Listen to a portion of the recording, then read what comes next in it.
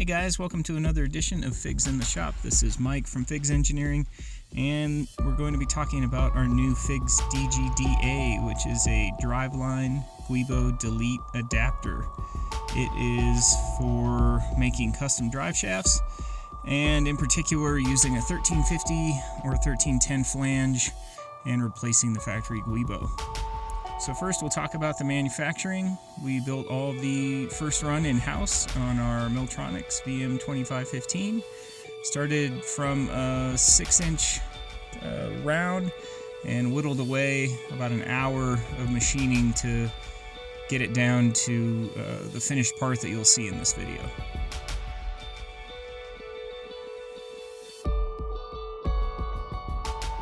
And so to compare this, what better than to go out to the 1KIS and take a look at the adapter that Swift Racing Technology made back in the day, and just to compare things like weight, compare things like interface and the hardware that was used. And we also get to kind of compare the overall picture of the GS400 rear diff swap, which this particular component is part of our new kit to adapt a GS400 rear end to an IS300.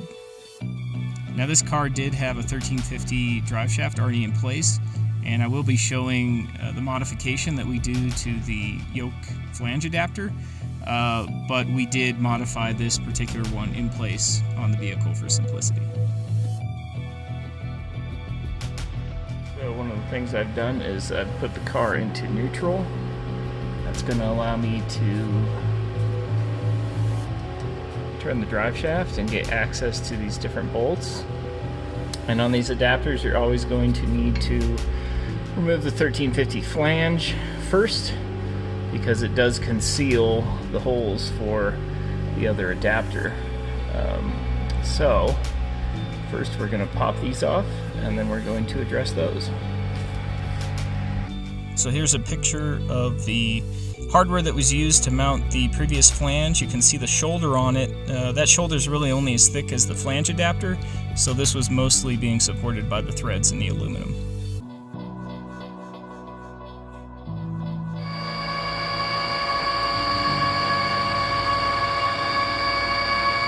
With all four removed, this whole yoke assembly should slide out. I'm going to slide the yoke, and it looks like it's pretty much bottomed out. So what I'm probably going to have to do is I'm either going to have to disconnect the diff, or I'm going to have to cut off these couplers that were welded on as a union. But needless to say, I will not be able to get that drive shaft off the coupler because it is solid. The other thing I noticed is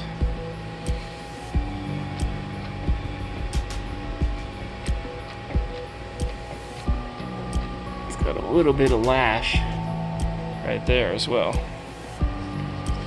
which could be an issue. I'm going to try one more thing. Boom! It was just a little stuck. So my suspicions about the yoke being stuck were just... looks like it still has some space to go in, so it was not jammed up. So interestingly enough, this is not metric hardware. 11/16 on the nut and 5/8 on the bolt.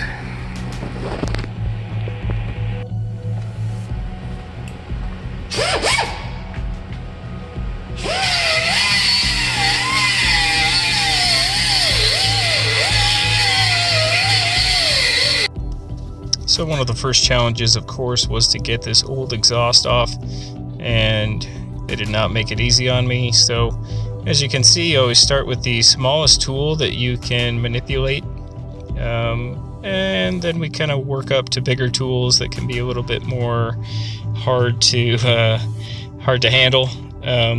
Particularly a grinder with a cutoff wheel can be a pretty dangerous proposition.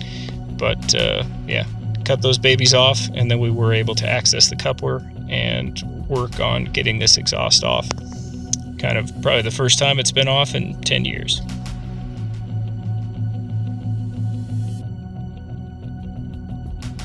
Now I'm using a pry tool to get these off. You know, sometimes I'll use some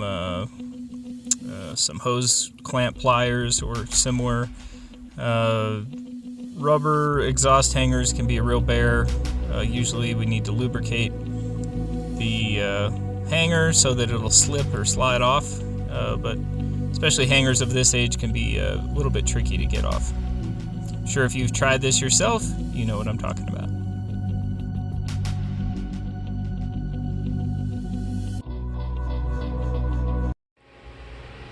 That is some pretty shitty work.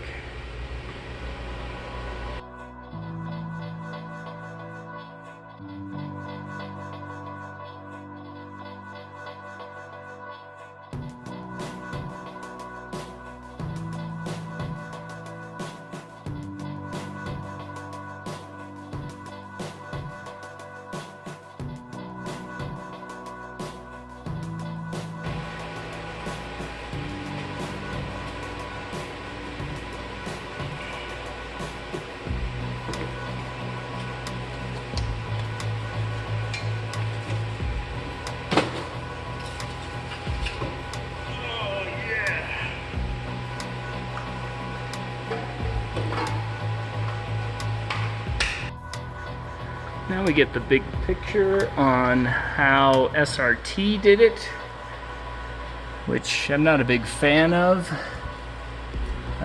Basically we have a long bolt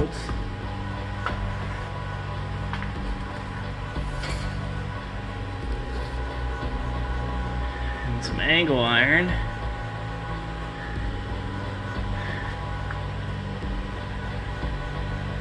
And yeah, just a couple other random pieces of metal that have been welded together to mount this diff.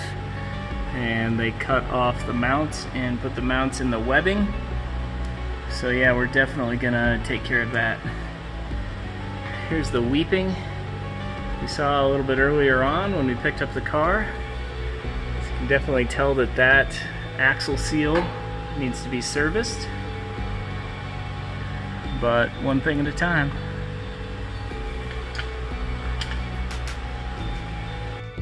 So now the diff is lowered. This is just gonna pop right off. So with everything out, we can focus on the hardware that was used in the SRT adapter. I'm a huge hardware guy now that I've been doing this for this long. These are the two bolts that were holding in the differential through the webbing. And I just think this could be done so much better. So it was time to do a quick comparison of probably the most important aspect of these adapters in my opinion, which is the weight. We went ahead and took the SRT adapter by itself and we're comparing it to our extremely lightened snowflake adapter, if you will. And 2.55 is where the SRT came in.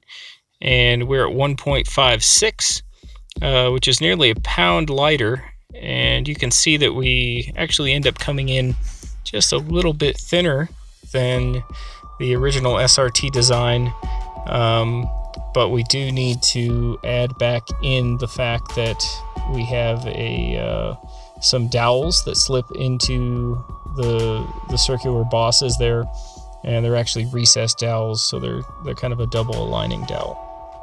So taking into account, it adds another 1.4 ounce to the entire rotating assembly equation.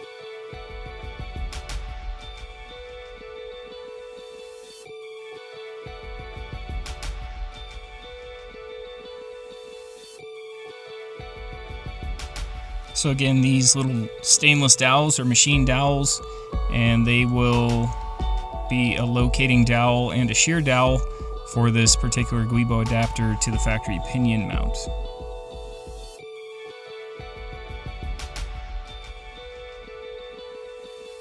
So here we are taking a standard 1350 flange, and we are just going to ream it slightly to an M12 shoulder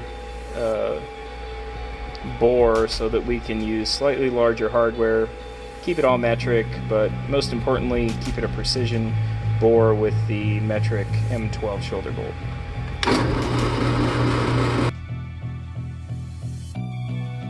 So this is just a comparison. This is the shoulder bolt that we will be using, and as you can see, it presents a precision ground shouldered surface as opposed to just the base of a standard bolt or a screw. And I mean, that is just a very tight tolerance after it's been reamed. And just for comparison, this is the original 1350 bolt diameter. Those are them side by side, this one being the smaller one and the M12. And you can just see there's plenty of meat on this flange, and that's just going to again give one extra level of alignment and security so that we're not just relying on the shear strength of a standard bolt. We can get a lot more power when there's no vibration, when everything is completely anchored together and pre-aligned. This is the spacer stack up. Let's see, we've got the dowel here, and if you just look at it, it has a little signature on it. There will be a smaller diameter that goes towards the Guibo adapter, and then the larger diameter that faces the factory flange. This is what the stack up looks like on the bench. We've got a narrow SAE stainless washer that goes underneath the head of this.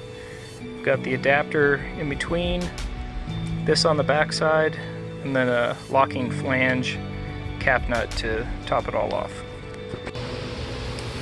Okay, so typically you're going to have these spacers, and again the fat side is going to go towards the adapter. Now this could be a little tricky because obviously depending on how you have it arranged, it's going to be at a certain angle.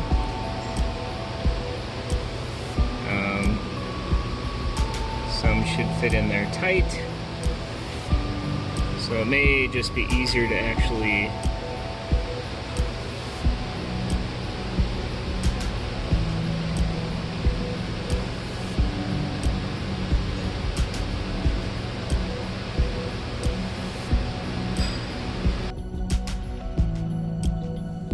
And after a short discussion with myself, I figured out that the best way to do this is really to install the bolt and then slide the dowel over that bolt.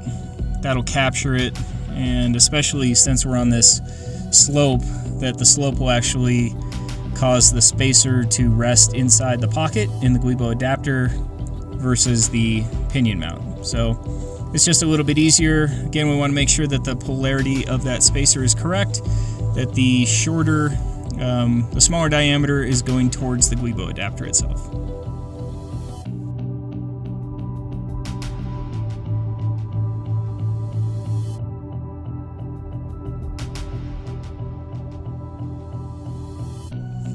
So one by one, we're going to install each shoulder bolt into the 3 locations and load the spacer dowel behind them. These do take a 6mm hex head, so you'll need a socket to hex adapter, 3/8 or 1/2 inch, and the final torque that we'll be looking for is somewhere around 40 foot-pounds, but keep in mind that we're not really relying on the torque necessarily. These flange nuts are concave, so they're kind of a double lock nut. They use the nylon portion to lock in place, but they also use the preload from seating that concave profile.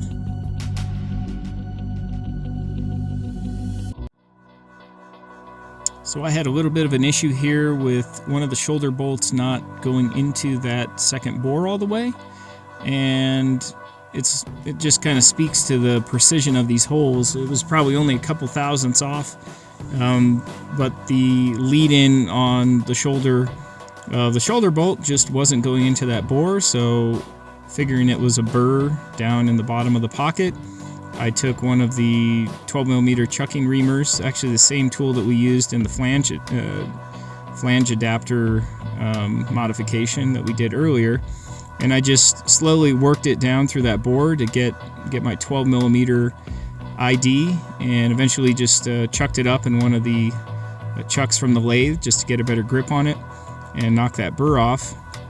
I wanted to leave this into the video just to show you, number one, how precise the bore is, and number two, chucking reamer is just a great way to make a precision ID bore into something if you're trying to make holes in something or enlarging holes specifically.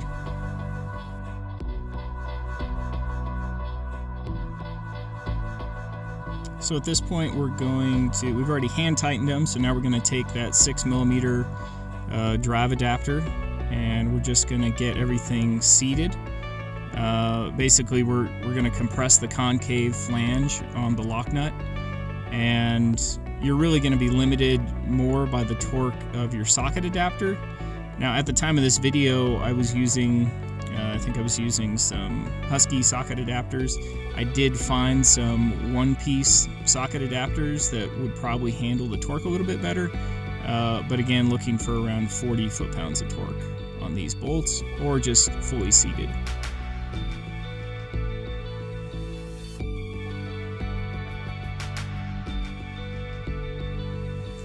Now at this point we're going to start mounting the 1350 flange to the Guibo adapter, and it can be a little bit of a trick because you're kind of doing a lot of things. You're aligning it into that circumscribed hex profile. It's actually it's a circle within that matches the flange adapter circle profile. And then on these shoulder screws we suggest putting in some 620 equivalent bearing retaining compound, and that's going to take any additional tolerance out of that fit and basically make it like a press fit. Again, just to remove any chance of vibration and to really lock that interface in place. And so really this is probably the biggest distinction between our product and anything else out there on the market. We're really relying on that shoulder, this bore face fitting into the counter bore inside of the Guibo adapter. And you can think of it almost like a pin drive on a center lock wheel or something. We're relying on that pin to drive the Guibo adapter as opposed to just relying on the threads in the material, which makes it significantly better. Now because of the tight fitment and because there are 4 bolts, you may run into a tolerance issue when you're tightening these, usually by the 3rd bolt. It may be a little bit tight to go in, and so one of the techniques I used was just to nudge it with a brass punch, just perhaps to get it past an alignment point. Another thing that you may have to do is loosen up the other 3 to get that 4th one in place. So it really just depends on kind of, just the situation and circumstances of the tolerance of the flange adapter, the tolerance of the Guibo. At this point, we're really trying to make this as tight as possible so we can put down as much power without any vibration.